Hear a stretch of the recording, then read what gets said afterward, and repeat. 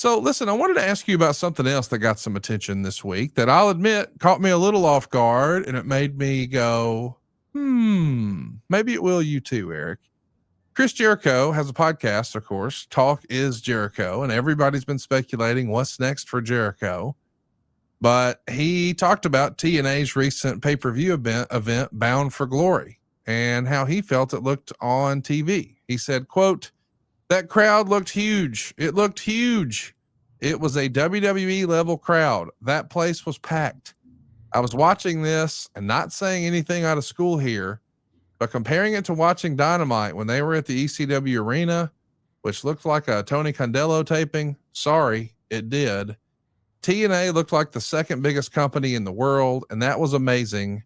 The presentation was amazing." Well, this is the same fella who not that long ago in the scheme of things was saying, hey, Dynamite ratings are going to pass Monday Night Raw. Just wait. You had to bring that up. He's going to hate you for that. Well, I'm just saying, all of a sudden, this does not feel like we're doing the same amount of home cooking.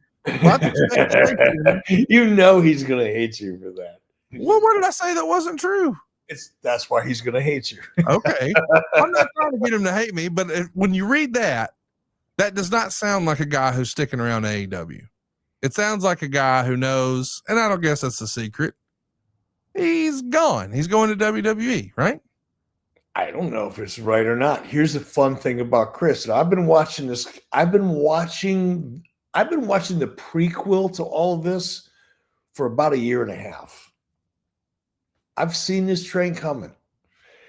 I didn't, go public and predict it, but I can assure you, I've been watching Chris, what he does, what he doesn't do, how he looks, how he doesn't look, what he says, what he doesn't say, because he's such an interesting cat. Because Chris is constantly playing chess, in my opinion. I don't want to profess to know Chris really well. I like Chris, I will say that.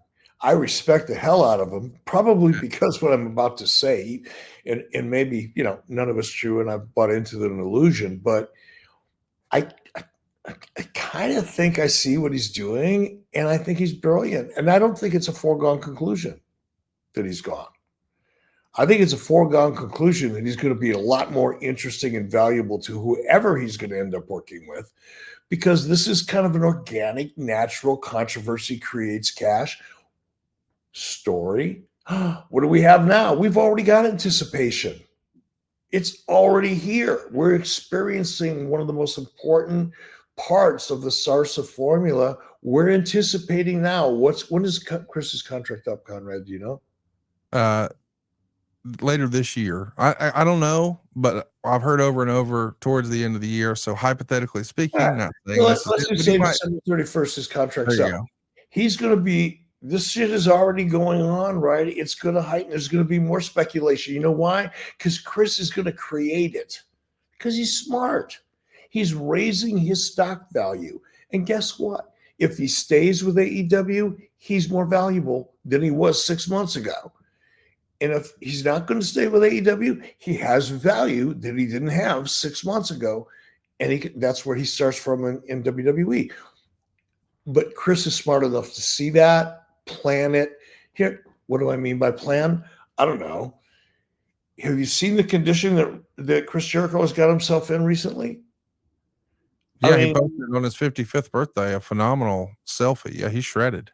And if you would have seen him a year ago, I went, whoa, Chris.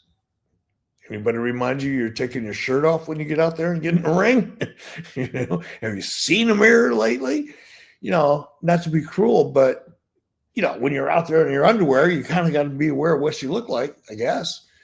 And it didn't appear that Chris cared. Look at him now.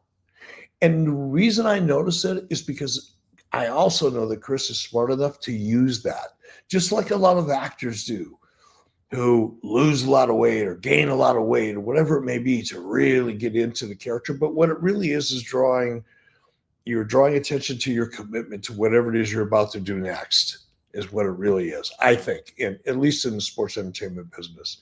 So I've been watching Chris play this fiddle now for a while, and now everybody's starting to pay attention to the music. It's kind of fun. Well, I would say, you might be crazy like a fox, because if he does wind up sticking around AEW, he's going to get a hellified contract. I don't know if that's true that he's going to stay, but just the idea that he might, and that he could use all of this negativity and controversy to create a more compelling storyline. Like, we want to believe. That's what I want to believe. Honestly, Conrad, not to cut you off, I apologize, but I feel passionate about this. I really, really hope I'm right. I really hope that, this is Chris making a move so that he has more value to AEW. Not that I don't want to see him in WWE. I would, just like, in a different way. I'm really loving the John Cena ride right now, just because, I don't know, a little piece of me can kind of live vicariously through him in a way, just because I can imagine what the feeling is like, because I got kind of close enough to get an idea for real. But, I feel the same way about Chris. I'd love to see Chris have a great send-off in WWE, because number one, because I think he deserves it. And much like we were talking about with Eddie Guerrero, what he's really contributed to the industry is significant. So I'd like to see that for him. But I think for the business of the business side of me, I'd like to see him raise his stock and make it matter in AEW. We want to know from you guys, what do you think is going to happen? Do you think Chris Jericho winds up in the WWE? Does he wind up in AEW? Is there another play? Let us know in the comments below where you think Jericho is going to be in 2026. SaveWithConrad.com. My name's Daryl, came from Massachusetts, and I moved to Wisconsin. And there's a lot of people that might be asking, why go with Conrad? Why go with Supreme Lending? And let me tell you something, brother. I think about the credentials, the tag team partner that I'd be working with. First of all, we got the podfather himself, Conrad. How can you go wrong with that? And then also go on to SaveWithEric.com, which, who else could have kicked Vince's ass for 83 consecutive weeks? You can't beat that duo right there. But they did bring a secret weapon, and I didn't realize this because this was not advertised. I worked closely with Larry the Axe Thompson. And let me tell you, with all the stress with moving across the country with a large family that I have, it was reassuring to know that I had the enforcer at my back, handling questions from the other side of sellers, the other side with trying to find the right prices. He took care of all that. All I had to do was keep my eye on the prize and make it there to Wisconsin. They were absolutely fantastic. They checked in on me, especially Francis, very patient with me. I don't go through this process all the time, so I trusted the experts. I was able to call them. They called me if they had questions, and it felt like it was a personal arrangement. There was even a point in which, from the seller side, they wanted something else that wasn't part of the norm. Francis straight up told me, hey, we're loyal to you. We'll do whatever you want to do, and we'll make sure that you guys are taken care of. They came through. I made it to the dream. I'm the champion of my own destiny here.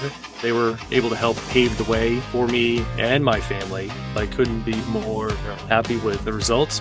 I went from having less than an acre to now 20 acres worth of land. They made that dream a reality. I'm Daryl, and I'm living in Friendship, Wisconsin, in my dream home, thanks to SaveWithConrad.com. NMLS number 2129, Equal Housing Lender. SaveWithConrad.com.